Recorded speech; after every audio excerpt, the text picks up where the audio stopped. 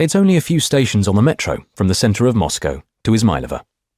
You get out at Partizanskaya and follow the signs or even just the crowds of people moving towards where everybody wants to be, the bazaar, or the baracholka, as the flea market used to be called in Russia even before the revolution, the market where second-hand articles are bought and sold.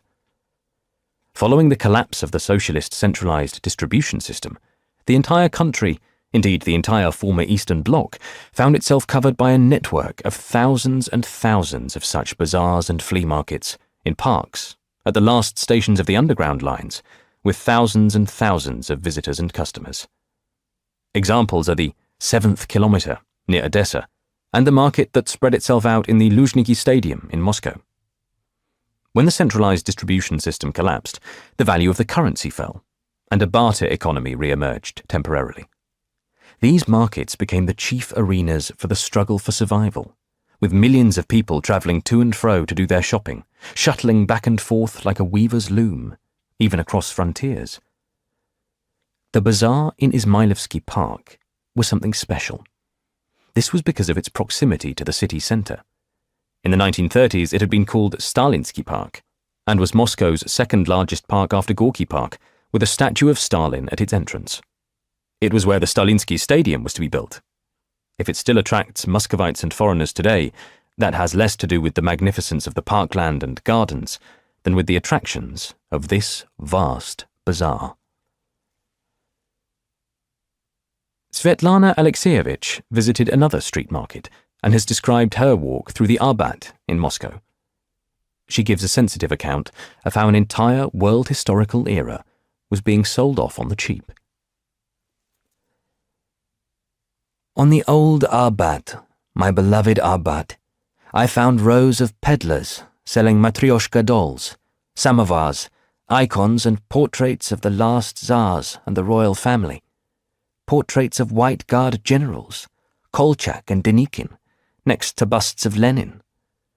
There were all sorts of matryoshkas, Gorbachev matryoshkas, Yeltsin matryoshkas.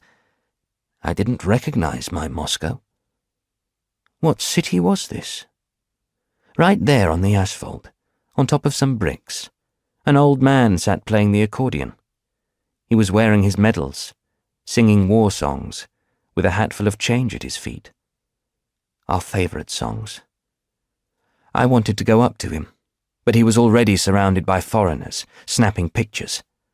They were having a lot of fun. Why wouldn't they be? People used to be so scared of us. And now, here you go. Nothing but piles of junk. An empire gone up in smoke.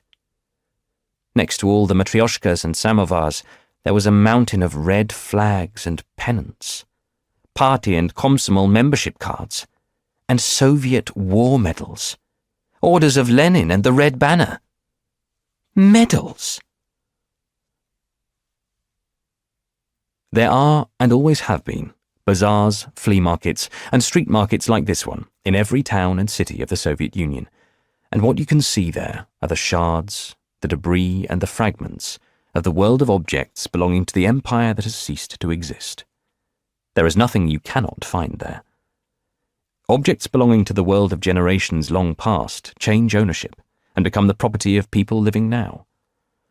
We witness the circulation of objectified forms and their reappropriation by others. You can find cast iron irons that used to be heated up by charcoal and that may have come from a peasant house in the north of Russia destined to be torn down. But you can also see modern electric irons that were perhaps handed out to the factory workers in lieu of the wages they had long since ceased to receive, or which had become worthless during the 1990s. You can find individual sheets, still in good condition, of a party newspaper, which was formerly printed in millions of copies. They have now become historical documents, thanks to the portrait of Stalin and the text of an important decree. You can find photograph albums documenting the stages of an entire life, the grandparents, the family, the pioneer years, school, the start of a working life, and perhaps even time spent in the army, in which the transition from one phase to the next is indicated by the transition from sepia to black and white, and in the case of a long life, to colour prints.